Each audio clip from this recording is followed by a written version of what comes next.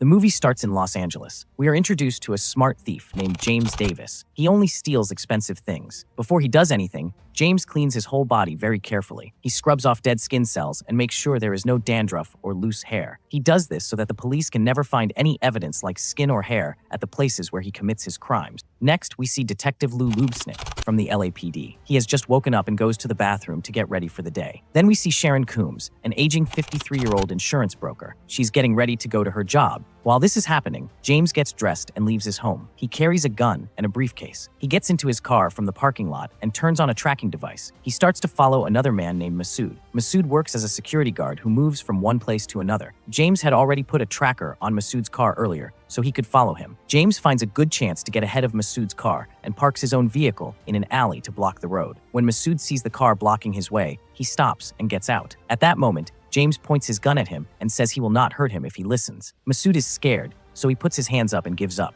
James opens his trunk and tells Masood to get inside. Then he takes Masood's phone and gets the password. James's main target is the phone because he plans to pretend to be Masood. At the same time, two cousins, Ben Haddad and Ali, drive to a jewelry shop. They go inside, and the shop is owned by Sammy Kassim, who is an experienced jewelry dealer. Sammy shows them some diamond samples and asks them to put these in a briefcase. Then Sammy takes Haddad to another room and leaves Ali outside. Once they are alone, Sammy tells Haddad that the diamonds he showed outside were fake. He gives Haddad the real diamonds, which are worth nearly $3 million. He tells Haddad to tie them to his leg and warns him not to say anything to Ali. Right then, James arrives in front of Sammy's shop and sends a message from Masood's phone saying he has arrived. Sammy had hired Masood to be a guard, but he does not know that James has already taken his place. Sammy thinks it is Masood who is outside. Sammy tells Haddad and Ali to leave. Before they go, Sammy makes fun of Ali's old gun and gives him a newer one. He also tells them that Masood's car will follow them until they reach their destination. As they drive, Haddad and Ali think Masood is behind them. James has done his research and knows everything about Haddad and Ali, but he does not know that Sammy gave Ali a new gun. When they stop at their destination, James also stops his car at a distance. He covers his face with a mask and walks up to them. He points a gun at both of them, which makes them scared, and they raise their hands. James shows Haddad a live video. One of James's men has parked a car right in front of Haddad's house. James warns Haddad that if he does not cooperate, his family will be in danger. Then James tells Ali to throw their phones and the gun they have into his car, and Ali does it quickly. After that, James brings Haddad out of the car and asks for the diamonds. When Haddad points to the briefcase, James says he knows those are fake. He tells Haddad to give him the real ones. With no other choice, Haddad takes out the diamonds hidden in his socks. While James is busy with Haddad, Ali takes out his new gun and holds it. As James gets into his car with the diamonds, he throws their phones back into Haddad's car and gets ready to leave. Just as James puts his gun down, Ali points his gun at him. It is a tense moment. Ali fires a shot, but he is not a good shooter. The bullet misses James and breaks the car window. James could have shot back, but we see that he is a thief with rules, and one of his rules is no violence. So, after a short pause, James drives away fast. He drives very well and finally enters a parking lot. He covers that car, gets into another car that was already parked there, and drives away. Next, we see Sharon at her rich client's house. His name is Stephen Monroe. Sharon is trying to convince him to get insurance from her company for his things, especially for his upcoming wedding. Suddenly, Stephen asks Sharon to fire a Glock pistol. He says he will sign the deal if she hits the target. Sharon misses, but she does not give up and keeps trying to convince him. Just then, a beautiful young woman named Adrienne walks in. Sharon makes an awkward mistake and thinks Adrienne is Stephen's daughter. Stephen rudely tells her that Adrienne is his fiancée. Sharon feels very embarrassed. As she drives to her office, she is very angry at herself. Later, Detective Lou and his partner Tillman arrive to investigate the diamond theft. They question Haddad and Ali and find out that the thief already knew all their details. They do not find any major clues, and they hear that the thief did not use any violence. Lou is sure that this is the same thief he has been trying to catch for a long time. This thief has committed many robberies before, but has never hurt anyone. He also never leaves any trace at the crime scenes. Lou believes the thief strictly follows his own rules, but Tillman does not agree. He tells Lou that he is just chasing a ghost. At Sharon's office, a partner named Phil comes to her office and asks about the deal with the new client, Stephen. Sharon pretends that everything went well and that Stephen will sign the insurance with their company. Sharon then asks Phil about the next partner's meeting to get a promotion, but Phil gives a vague answer and leaves quickly. Sharon is confused and worried. Next, James is shown back at his home. He puts the diamonds inside a coffee mug. At this time, he notices a little blood on his head. He checks his mask and sees blood on it too. The glass from the car window broke when Ali fired the shot, and a small piece of glass slightly cut James. He did not know he was bleeding because he was wearing a mask. James is very upset. He is worried he might get caught because his blood might be in the car. After that, James meets a man named Money. Money is the main person who buys the things James steals. Money gives James information about another theft. If they do this heist, they could make a lot of money. But James is not very interested because the theft has to happen during the day, which is very risky. Money tries to convince him by saying a buyer is already ready for the stolen goods. James is still unsure. Money notices that James is shaken after his last heist and tells him to take some time off. Before he leaves, James swaps his coffee mug with the one in front of Money because his mug has the diamonds he is giving to Money.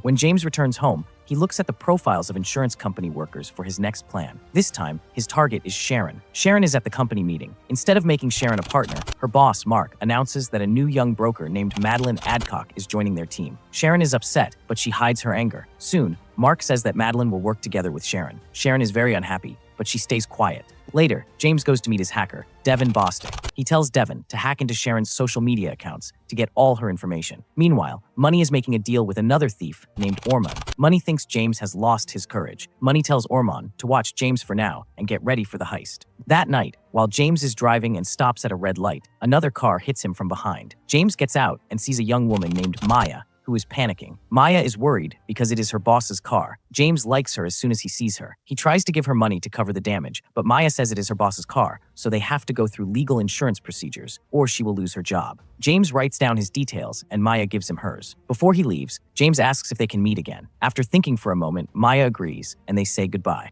Next, Detective Lou goes to see Sharon. Sammy was Sharon's client, and she asked Lou to come and see him. Sammy's stolen diamonds were insured. Since they were stolen, he wants to claim the insurance. But Sharon thinks Sammy might have staged the robbery himself to get the insurance money. Sharon knows that many people try this trick. Since Lou is investigating, she tells him this and asks him to give Sammy a lie detector test. She says only then will the insurance money be given to him. But Lou does not agree. He believes the same thief who did the other robberies did this one too, and that he has a pattern. After that, Lou goes back to the office and tells his fellow officers about the theft cases. He looks at a map and says the thief only commits robberies near the 101 Boulevard area. Before a robbery, the thief hacks the victims' accounts to learn about their deals from messages. Then he watches the place carefully and turns off the nearby CCTV cameras. Lou also points out some other common traits of the thief. But his boss, Police Captain Stewart, is not impressed. Lou tells all the other officers to go out. Stewart criticizes Lou, saying he has lost his edge and is not useful to the department anymore. Lou tries to explain, but Stewart will not listen and leaves. Lou is heartbroken.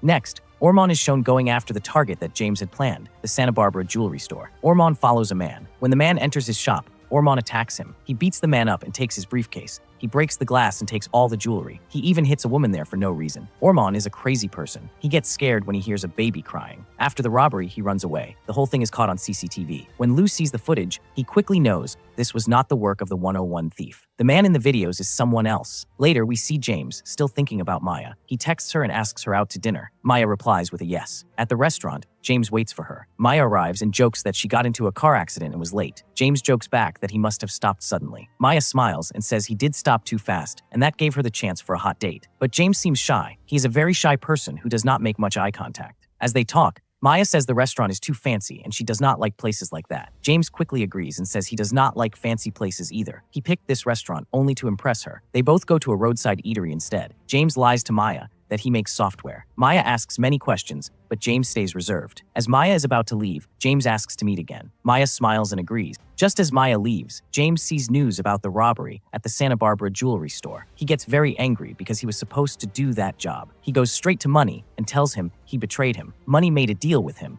but he got someone else to do the job. James warns Money that if he does this again, he will never do business with him. Money always thought he was the boss, so he does not like James talking to him this way. Money starts shouting back, and James leaves. After that, Money meets Orman. He tells Orman to watch James closely and find out his next move, because this time he does not know James's target. Money tells Orman to let James do the robbery and then rob James himself. Following Money's orders, Orman starts following James. James goes to meet his hacker, Devin. Devin tells him he has hacked Sharon's accounts. James gets into Sharon's account using an adult site. With Devin's hack, James learns about Sharon's schedule. Sharon was supposed to go to a restaurant. James follows her there. When Sharon comes out after her meeting, James stands next to her on the street. James knows Sharon likes vintage cars and starts talking about them. Sharon is soon impressed by his knowledge. She gets into a good conversation with him. Sharon is even more impressed when she learns James owns a Chevrolet Chevelle. She shakes his hand before she leaves. That night, Maya is at James's apartment. While James cooks, Maya asks him a lot of questions. She is curious and genuinely interested in getting to know him. She asks about any of James's past pictures, but James only tells her that his childhood was very poor and that that he worked extremely hard to earn the money he has now. They eat dinner together. After that, Maya puts on some music and they dance. The mood becomes romantic and they end up spending the night together. When Maya gets ready to leave, James asks her to stay. Maya looks happy and tells him that she will stay at his place sometime later. Then she leaves. After Maya leaves, James goes outside for some fresh air. He sees Orman wearing a helmet and riding away on a bike from his balcony. This makes James suspicious. He goes to the parking lot and checks his car. He finds a tracking device attached under it. James knows he is being watched. He quickly packs his bags and leaves for a resort. When Orman cannot find James, he goes to Devon. He beats Devon up and forces him to tell him which project James was working on last. Meanwhile, Detective Lou is scanning the area with Tillman. He spots a car covered with a tarp. It is the same car James used to escape. Lou recognizes it because the window was cracked. After seeing the car, Lou confirms it and calls the forensic team to collect evidence. They collect blood samples from the car. Lou orders them to extract the DNA from the blood as fast as possible. Next, we see James tracking Sharon again. He meets her at an art gallery and convinces her to go to a restaurant to talk. During their conversation, James realizes that Sharon is very sharp and good at reading people. He asks her to tell him something about himself just by looking at him. Sharon studies his appearance and tells him many things. She says he is very organized and likes to stay perfect all the time. She notes that he has a lot of money and probably earns it in a short period, which is why he has so much free time. She also adds that a person becomes this way only if they had a difficult childhood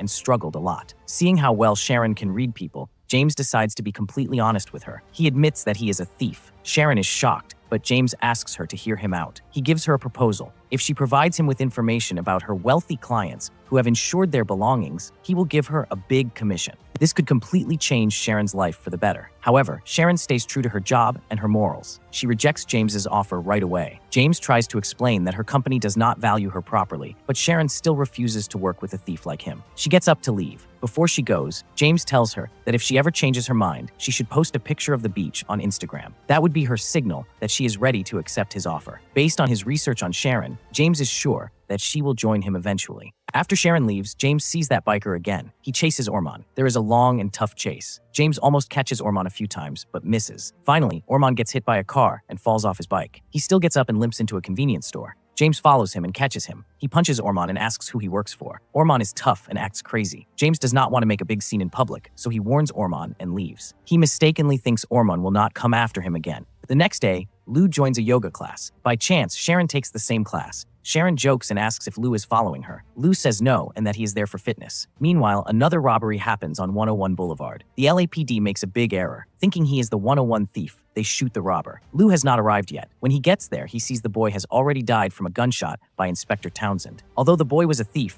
he did not have a gun. Townsend and Tillman were there. When Lou is not paying attention, Townsend puts a gun in the dead thief's hand to make it look like self-defense. But Lou knows the truth and decides to be honest. When Police Captain Stewart questions them, Lou tells the truth. But Tillman and Townsend tell a different story, so Stewart suspends Lou until the inquiry is over. Before Lou leaves his office, he gets the DNA report. Now Lou knows the 101 thief is James Davis. There is a file with all of James's details and his address. Meanwhile, Sharon faces a problem at her office. To her surprise, the entire responsibility for Stephen Monroe's wedding insurance is given to Madeline. Even though Sharon was the one who convinced Stephen, all the credit for her hard work goes to Madeline. Sharon feels very upset about this. After everyone leaves, she confronts her boss, Mark. But Mark does not care and walks out, leaving Sharon with nothing to say. While sitting in her office, Sharon realizes that being honest and following the rules will not get her anywhere, so she decides to accept James's offer. She goes to the beach and uploads a photo on Instagram as a signal. James gets the notification right away and goes to meet Sharon. Sharon tells him that one of their clients, Stephen Monroe, is getting married in a few days. There will be diamonds worth almost $5.5 million at the wedding center. Including cash, they can steal a total of $11 million.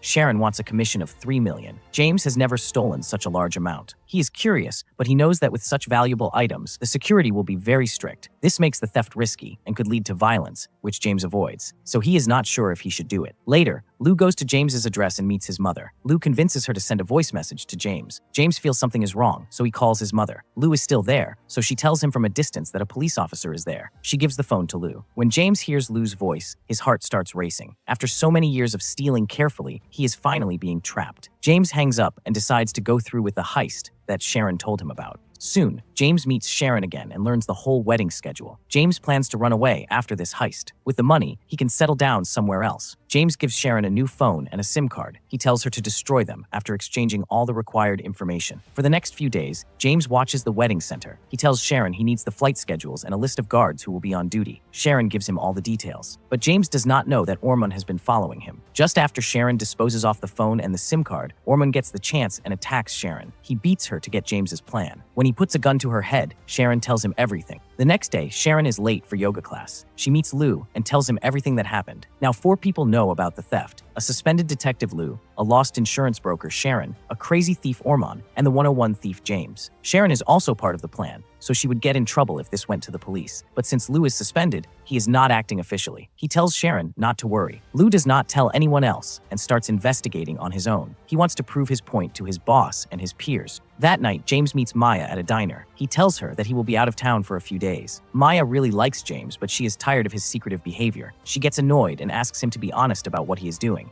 but James cannot give her a proper answer. This makes Maya even more suspicious. She realizes that whatever James is involved in is not good, so she decides to end things with him. She storms out, leaving James frustrated. James is very angry as he drives back home. Meanwhile, the wedding preparations start early. James makes his plan for the theft, while Lou plans to catch him in the act. At the same time, Ormond is also waiting for his chance to take the stolen items by any means necessary. The wedding diamonds are supposed to arrive by courier. Lou stops the courier guard inside the plane and takes the briefcase himself. But by then, James has already taken out the driver of the courier delivery van and dressed up as him. Ormond is also busy. He kidnaps a waiter and enters the hotel disguised as one. When Lou lands at the airport, James picks him up, using his name. There is no recent photo of James in his file, so Lou is not sure it is him, but he is suspicious. Lou gets into James's car. James watches Lou in the rearview mirror, not knowing he is a police officer. Lou keeps James talking to keep things calm. He asks James where he lives, about his childhood, and so on. In their talk, James asks Lou his favorite car, and Lou says it is a Mustang. After some time, they reach the hotel. They go to the floor where Stephen and his fiancée, Adrienne, are staying. The diamond briefcase is meant to be delivered to them. James is waiting for the right moment. When they enter the room, James pulls out a gun and takes Lou hostage. No one else is in the room besides Stephen and Adrienne. James makes them all sit down. He tells Stephen to enter the locker password. When the locker opens, James throws all the money on the floor and has Adrienne put it in a bag. Then James tells Lou to open the diamond briefcase. Lou has the PIN code. He had also put a gun inside the briefcase earlier, so he opens it carefully. When James is distracted,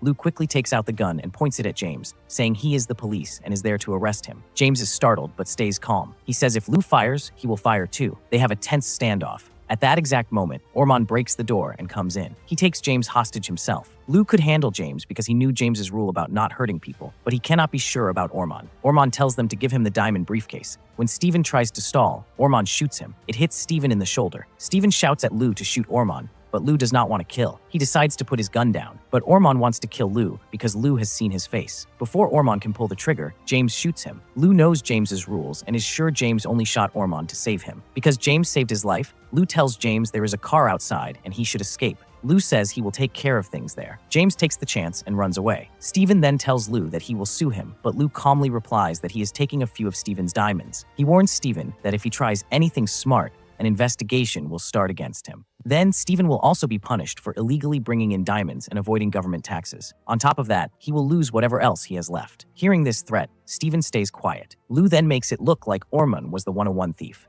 Next, Lou goes to Sharon with the diamonds. He gives them to her so she can start a new life and never have to be on the wrong side again. Sharon takes out a photo on her phone. James sent it to her, asking Lou to go there. Lou goes to the location in the photo and finds a Mustang in a parking lot, just the car he told James he liked. Lou sees the keys are there too. James wanted to thank Lou for letting him have a new clean life, so James gave him his favorite car. Lou laughs happily as he drives away. In the last scene, Maya is at her office and gets mail. Inside an envelope is an old photo. On the back, it says, "I was wrong. I hope it's not too late." Maya quickly understands that James delivered this himself and he is nearby. Maya has strong feelings for James. She gets up quickly and looks around to find him. And that's the end of the story. If you liked this video, please press the like button, share it with your friends, and subscribe to this channel. See you in the next video.